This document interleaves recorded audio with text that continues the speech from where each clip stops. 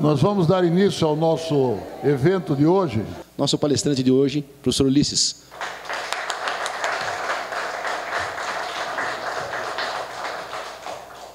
Ali na porta, já fui questionado por um, por outro, né? O porquê que eu uso polaco e não polonês.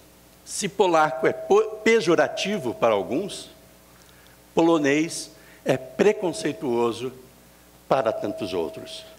Mój polski serce wróciło, serce, który mój dziadek przyniósł mi z daleka, serce zdruzgotane, serce podeptane, serce poete. Do Paulo Leminski, essa é uma tradução que eu fiz. Meu coração polaco voltou. Coração que meu avô trouxe de longe para mim. Um coração esmagado, um coração pisoteado, um coração de poeta. Acataram a sugestão de galicismo feito pelo embaixador francês num convescote em Curitiba em 1927. O embaixador propôs um novo gentílico, a palavra polonês. Erechim, um cidadão, eu sentado na mesinha, autografando, ele chegou, me deu 2 murros no braço e olhou para o banner da capa do livro que estava atrás e disse: "Você é burro! Aqui em Erechim não tem polaco, aqui só tem polonês." Em São Paulo, no clube mais chique dos imigrantes, no bairro do Sumaré, um casal lá no fundo falava em voz alta e tal. Aquele casal de senhores idosos já chegou na minha frente, olhou para o banner, olhou para mim e repetiu a mesma frase de Erechim: "Aqui só tem polonês." Eu vim a Curitiba e aí recebi de uma sociedade da cidade o convite para fazer uma noite de autógrafos. Entra o presidente da sociedade, não tinha sido ele que havia me convidado, pegou os meus livros e jogou pela janela. E esse preconceito está arraigado com os que se dizem poloneses. Inventaram uma nova palavra. Quem nasce na Polônia é polonês. Que quem nasce fora da Polônia, que é o nosso caso, todos nós, muitos dos que estão aqui, somos polônicos. Tem alguns que seguem firme com a bandeira. O primeiro é o arquiteto Jaime Lerner, cujos pais nasceram na Polônia, que era conhecido como polaco da Fani. O poeta Paulo Leminski, como polaco de Curitiba. O poeta Antônio Tadeu Wojciechowski é conhecido como polaco da Barreirinha. Ulisses Jarochinski é o polaco da harmonia. Coisas que os vizinhos nos roubaram e que o mundo pensa que foi inventado por eles. Torta de requeijão não é cheesecake, é sernik. Repolho azedo não é chucrute, é kapusta kważna. Antes do século XI, quando o arcebispo Saxão, do Sacro Império Germânico, representando o Papa de Roma, foi a Gniezno, a primeira capital da Polônia, para coroar o primeiro rei, Bolesław, foi-lhe servida essa bebida, que somente em 1530, a marquesa do Reino da Renânia publicou um édito obrigando os cervejeiros a produzir cerveja segundo a receita das Browary polacas. A torta de maçã que os alemães e austríacos chamam de Apfelstrudel é polaca.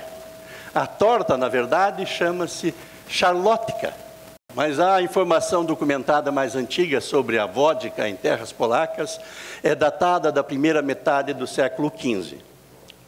Esse registro escrito é o mais antigo em todo o mundo a respeito deste aguardente. E o sonho também é polaco. Falei para minha mãe: mãe, por favor, liga lá para a tia Maria Rita, lá em Telemaco Borba, e pergunta onde que ela aprendeu a fazer. Tinha aprendido quando trabalhou de babá na casa da dona Gelta, que era uma polaca, e que fazia sonho. E pączek é o broto de rosa. Porque lá na Polônia, o pączek é feito com uma geleia feita com broto de rosas. Daí o nome do doce. E foi trazido primeiro para Curitiba. O sonho nasceu em Curitiba. Lá na Polônia, a Quinta-feira Gorda, elas preparam pączek. Colocam dentro das cestas e saem pelas ruas, para a frente das igrejas, para distribuir o transeunte lá, o outro que também está com uma cesta, chega e pega um sonho daquele e come. Mas antes dele pegar e comer, ele tem que ter um desejo. Ou seja, tem que sonhar com coisas boas que vão acontecer para ele. Como é que ia falar para esses curitibanos? Pączek, pączek, deram o nome de sonho. Os pedreiros e carpinteiros polacos construíram mais de 50 igrejas católicas apostólicas romanas. O que diferencia uma igreja polaca de uma igreja italiana ou alemã?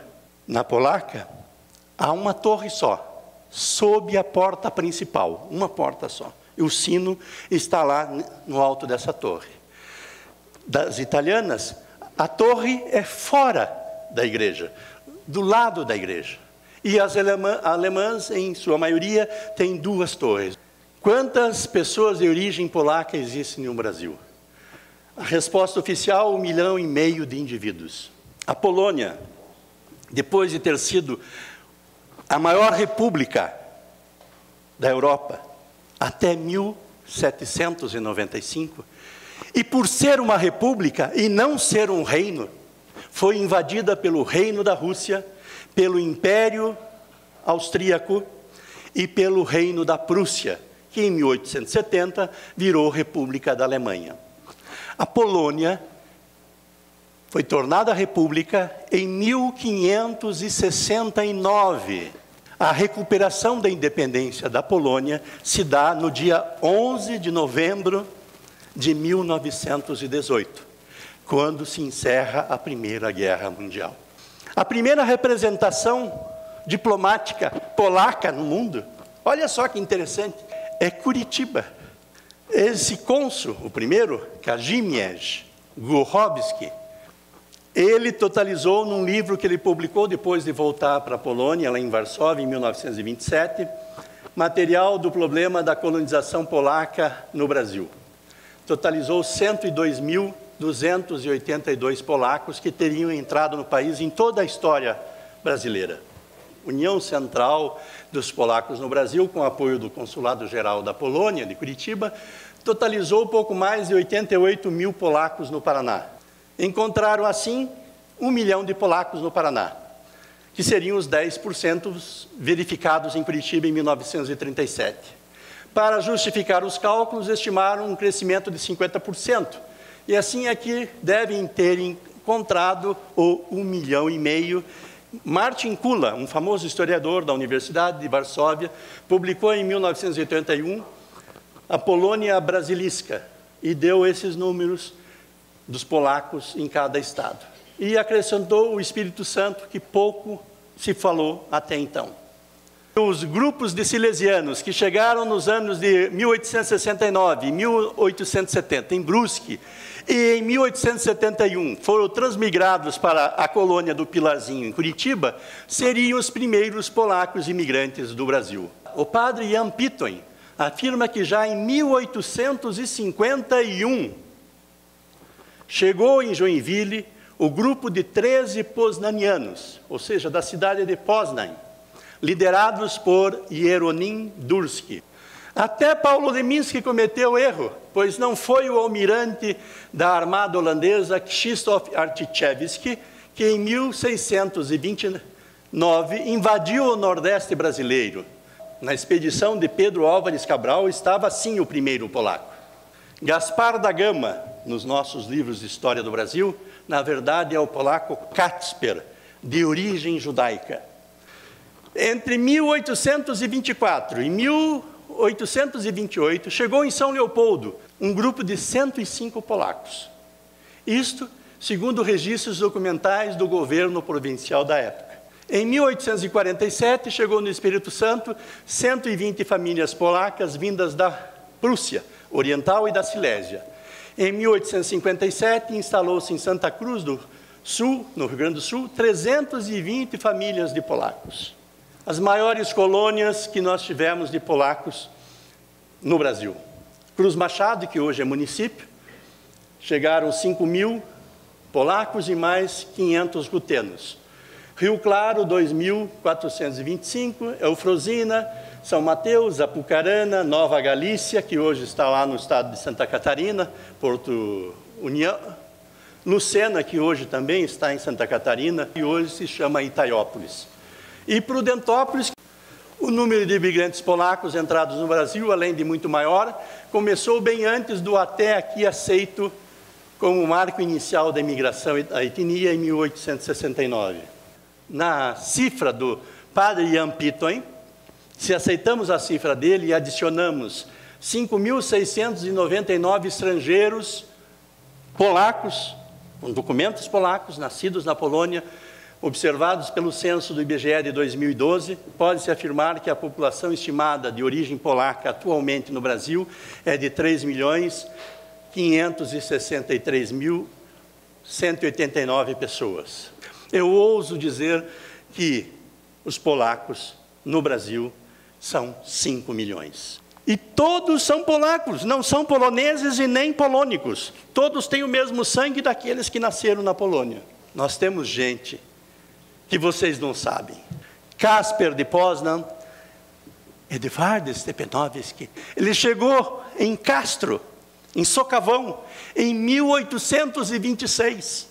Ironin Durski chegou aqui em 1863. Esse Robert Trompovski lutou lá naquela separação do Uruguai, em 1828. Sebastian Voss Saporsky, que é considerado o pai da imigração polaca do Brasil. Robert Agniewicz, ele tinha só um toco numa das pernas. Ele descobriu o xisto bituminoso de São Mateus do Sul.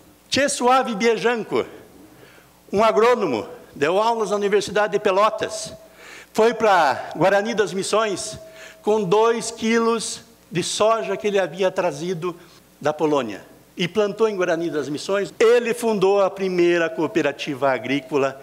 Anthony Hempel era um político, um historiador, um sociólogo, dono de fazendas que andou pelo interior do Paraná.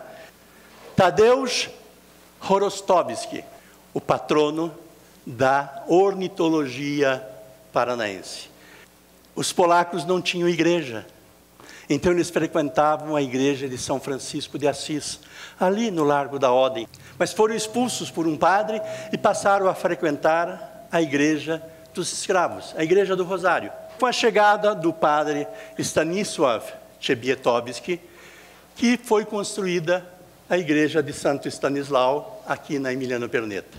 Alfred Juzikowski é o primeiro importador dos veículos Mercedes-Benz do Brasil. Jan Jacques, das estátuas que estão lá na Praça Eufrásio Correia e lá no Jardim Botânico. Stanisław Kruszynski tem um prêmio com o nome dele, que é dado todos os anos ao maior contabilista do Brasil. Bruno Rechowski foi professor de todos os grandes pintores do Brasil.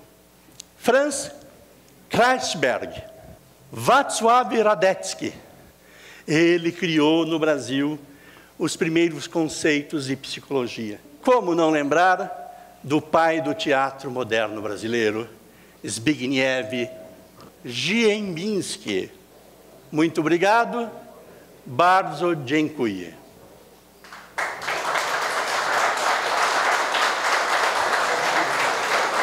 Dá tempo?